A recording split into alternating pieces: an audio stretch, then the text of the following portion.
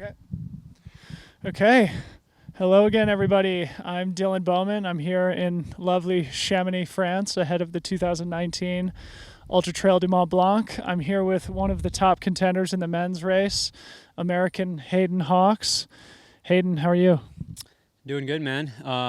Just happy to be back here in Chamonix, and I'm completely healthy and ready. I'm just ready to get started. Heck yeah. Well, you've tasted victory here, one of the few American men who have. You were the 2017 CCC champion 2 years ago, and what was an astounding performance and probably your first sort of major international win on a world-class stage. Maybe just talk a little bit about that race in particular. What was it like to come into Chamonix as the winner of one of the races in the UTMB series?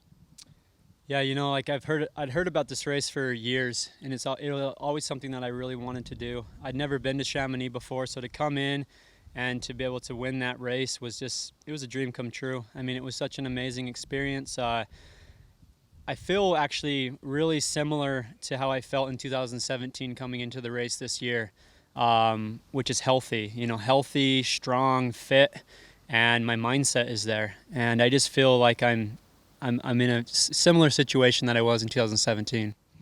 Well, that bodes well for Friday. Now, obviously, you tasted that victory in 2017, and then last year you had a bit of adversity. I think you came into TDS with a bit of an injury, ultimately dropped out of that race.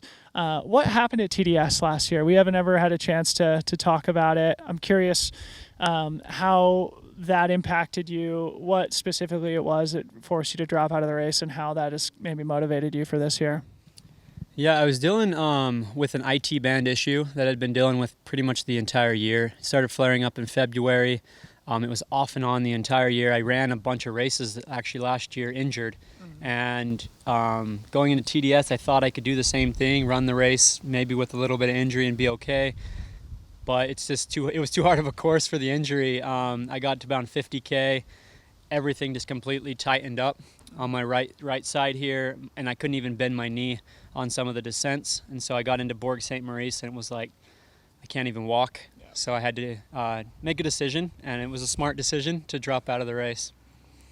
Cool. Well, I'm sure that leaves you with sort of a chip on your shoulder for Definitely. This coming weekend. So you've been on the top of the mountain, and you've also dropped out. So this weekend you'll sort of get the tiebreaker, so to speak. But you've had a great season this year. You've won a couple sort of important short races in the U.S., the Chuckanut 50K, the Broken Arrow Sky Race, two different races, one sort of flatter and faster, one that was a proper mountain race. Both you won very convincingly. How do you feel about your season so far? You said you feel really good physically, but how has your season sort of set you up for a good race this weekend? I think the biggest thing is I haven't tried to do anything, extraordinary, with my training or with my racing or anything. It's just do what works for me, and what works for me is to come into a race with high energy and to come into a race healthy. I haven't really had like a specific UTMB training block. It's just like do what has worked for you in the past. And I think that's the biggest thing, and my mindset is completely there. It's changed where I'm just so excited to race this year. And I think that's the biggest thing is going into some big long races, I just have overtrained and have gone into races kind of like dreading running that long. But this race I'm not dreading at all. I'm just really excited to get out there and race, and I have really high energy. I'm healthy, I'm strong. And I think that is because I haven't over-raced this year either. I focused on some speed with some shorter races. I did do one longer race in China in April. That was it was a 10-hour race because it was just extremely hard. It counts as a long day. Yeah, exactly. And so it's been an awesome year, and I feel really prepared for UTMB this year. With plenty in the tank left, it sounds like. That's great. Well, it's no secret that the longer races have been a bit of a question mark for you. Obviously, you're one of the most talented runners in the sport currently, but with the TDS drop last year, you were injured. you dropped out of Transgran Canaria this year. Last year you won Lavaredo, which is a world-class race, a phenomenal performance.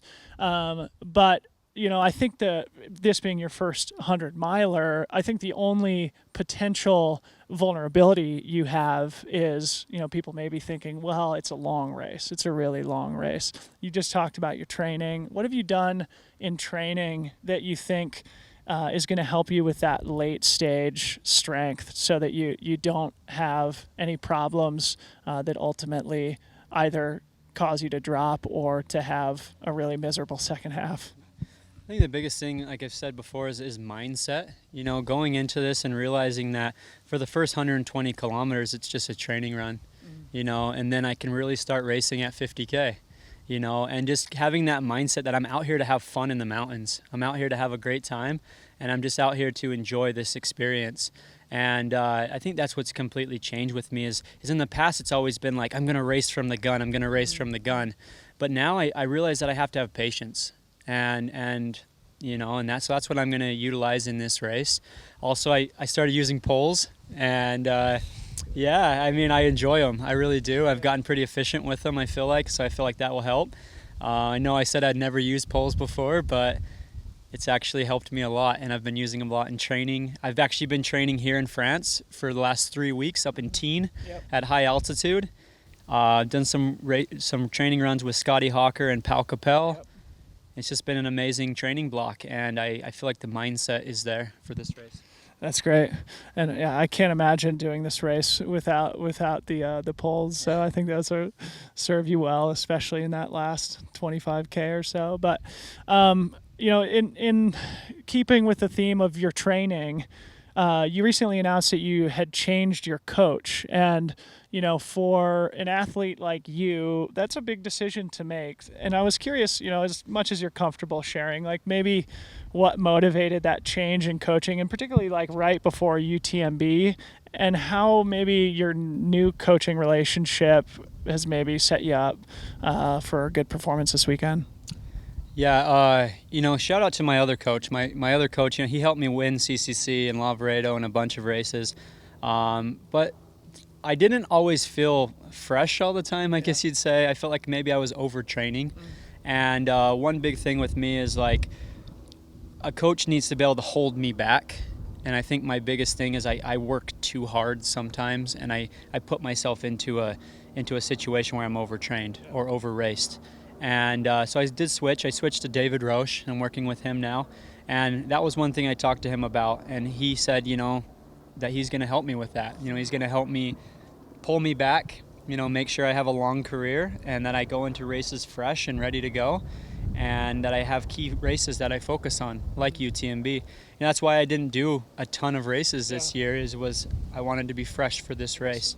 And it's been awesome so far, and I'm really happy with the switch. But I know I couldn't have got here without my previous coach as well.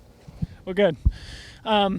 And then, just talking a little bit about the dynamics of the race this weekend, I find it to be a really fascinating men's field this year. Obviously, we don't have some of the recent favorites like Kilian and Francois and Jim.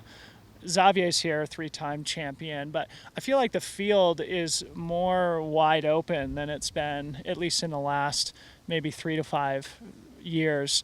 Do you have any expectations about how the race might play out? Obviously, we probably fair to expect that Zach Miller will probably go hard off the front. What do you think might happen in the men's race, and how is your strategy going to be impacted by what may be happening ahead of you or behind you? I'm going to focus on my race, my race strategy, and if somebody wants to go hard, I'm going to let them go. If somebody wants to hold back, I'm going to, let them do that. I'm going to focus on me and what I know that I can do.